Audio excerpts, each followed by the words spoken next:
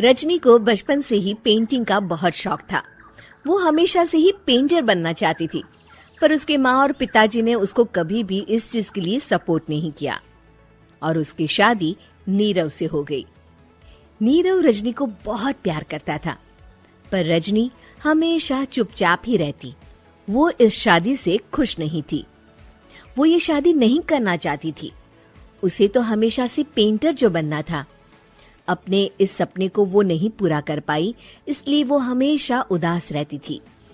रजनी, बहुत ही बढ़िया फिल्म लगी है, कल देखने चले? नहीं जी, कल मुझे बहुत काम है, मैं नहीं जा पाऊंगी। अच्छा तो कोई बात नहीं, संडे को चलते हैं। देखिए, मुझे फिल्म देखना पसंद नहीं है। आपको जाना है तो चले जाइए। नीरव को मना करके रजनी वहाँ से चली जाती है और अपने बैग को खोलकर उसमें बंद पड़े ब्रश और कलर्स को देखकर रोने लगती है। रजनी, चलो ना कहीं बाहर खाने चलते हैं, कुछ तुम्हारी पसंद का। जी, मुझे नहीं जाना, मेरी तबीयत ठीक नहीं है। रजनी वहाँ से चली जाती है। नीरव को समझ नहीं आता कि रजनी उससे इतना दूर क्यों रहती है। वो जब भी उसके साथ वक्त बिताना चाहता है, रजनी कोई ना कोई बहाना बना देती है। एक दिन घर पर कोई नहीं था।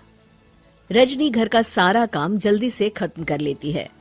घर पर अकेले होने के कारण वो सोचती है कि वो आज पेंटिंग करेगी। वो अपने कमरे में जाकर पेंट ब्रशेस और कलर्स निकालकर जैसे ही कलर मिक्स कर रही होती है कि दरवाजे पर बेल बज जाती है। अब कौन आ गया इस वक्त? इतनी मुश्किल से तो मुझे पेंट करने का मौका मिला है। रजनी दरवाजा खोलती है तो उसकी सास अपनी सहेलियों के साथ खड़ी होती है और सब घर के अंदर आ जाते हैं। अरे बहू, सबको शरबत बनाकर पिला दे, बाहर तो बड़ी गर्मी है। उफ। जी। रजनी पेंट ना कर पाने से उदास हो जाती है। उसे गुस्सा भी आ रहा होता है कि उसने इस शादी के लिए हाँ क्यों कह दी। वो रसोई में जा रही होती है कि उसकी सास उसे रोकती है। बहू, सबके खाने का भी इंतजाम कर लेना, आज का लंच तो ये सब यहीं करेगी। हाँ। रजनी बिना कुछ कहे रसोई में चली जाती है। सबके लिए खाना बनाती है। सब खाना खाते हैं और रजनी घड़ी देखती है कि ये सब कब जाएंगे ताकि वो अपनी पेंटिंग कर सके। जब शाम होती है तब सब चले जाते हैं अपने घर। अरे बहू, सब तेरे खाने की तो बहुत तारीफ कर रहे थे, सबको बहुत अच्छा लगा खाना। आपको मुझे सुबह बताना चाहिए था ना कि आपकी सहेलियां आ रही हैं। पता भी है कितना वक्त लगा सारा खाना बनाने में। अरे बहू, तू ऐसे कैसे बात कर रही है मुझसे? तो और कैसे बात करूं? मैं इस घर की कोई नौकरानी नहीं हूं कि इतना काम करूंगी। रजनी अपने कमरे में जाकर दरवाजा बंद कर लेती है। शाम को जब नीरव आता है तो उसकी माँ उसे पूरी घटना के बारे में बताती है। क्या रजनी ने आपसे इस तरह बात की माँ? हाँ, और पता नहीं उसे क्या हो गया है, शाम से बाहर भी नहीं आई है। मैंने तो कई बार आवाज दी, खाना भी नहीं खाया उसने। तू ही बात करके देख ले बेटा। नीरव अपने कमरे का दरवाजा खटखटाता है। रजनी, दरवाजा खोलो, मैं हूं। रजनी दरवाजा खोलती है और फिर वापस जाकर अपने बिस्तर पर लेट जाती है। रजनी, माँ से बात करने का ये क्या तरीका है? मैंने कोई गलत बात नहीं की है। अरे तुम क्यों ऐसे बर्ताव कर रही हो सबके साथ? क्या तुम इस शादी से खुश नहीं हो? रजनी कुछ नहीं बोलती। अरे बताओ मुझे रजनी, क्या ये शादी तुम्हारी मर्जी के खिलाफ हुई है? हाँ, मैं ये शादी कभी नहीं करना चाहती थी। तुमसे क्या, मैं किसी से भी शादी नहीं करना चाहती थी। रजनी रोने लगती है। चुप हो जाओ रजनी, बताओ मुझे, तुम क्यों नहीं करना चाहती थी शादी?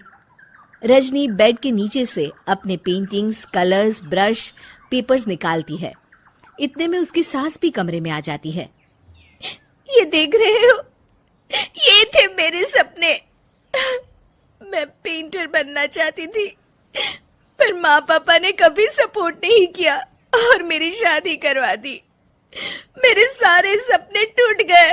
हर वक्त बस गुस्सा आता रहता है मुझे।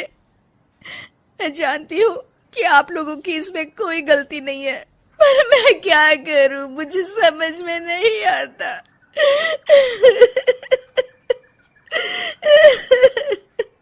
रजनी फूट फूट कर रोने लगती है।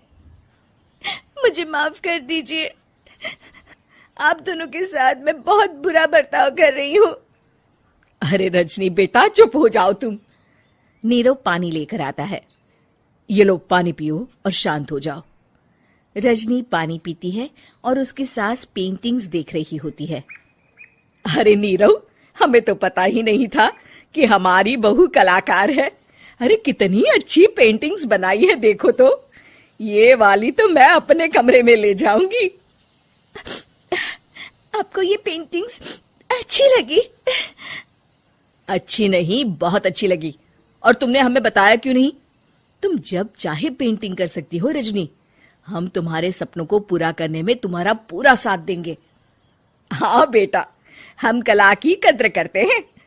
हम कलाकार तो नहीं, पर मुझे गर्व है कि मेरी बहू एक कलाकार है। रजनी, नीरव और सास तीनों हंस पड़ते हैं। ये बात सच है कि हम लोग एक अच्छे दौर से नहीं गुजर रहे हैं। कोरोना वायरस से हमारा देश ही नहीं पूरी दुनिया प्रभावित है और सबसे ज्यादा प्रभावित है हमारे डेली वेज वर्कर्स, जो देश के अलग अलग कोने से आते हैं रोजगार के लिए, ताकि वो अपना और अपने परिवार का पेट पाल सके। गिव इंडिया, एक्शन एड और हेलो लाया है मैं भी कोविड वॉरियर, एक इनिशिएटिव जिसमें हम सब साथ आए और कोविड-19 से लड़े। So join the cause and support our daily wage. को हमारी ये कहानी पसंद आई होगी। कृपया हमारे चैनल को सब्सक्राइब करें और सभी अपडेट्स के लिए बेल आइकन जरूर क्लिक करें। और हाँ, वीडियो लाइक और शेयर करना मत भूलिएगा। Bye bye.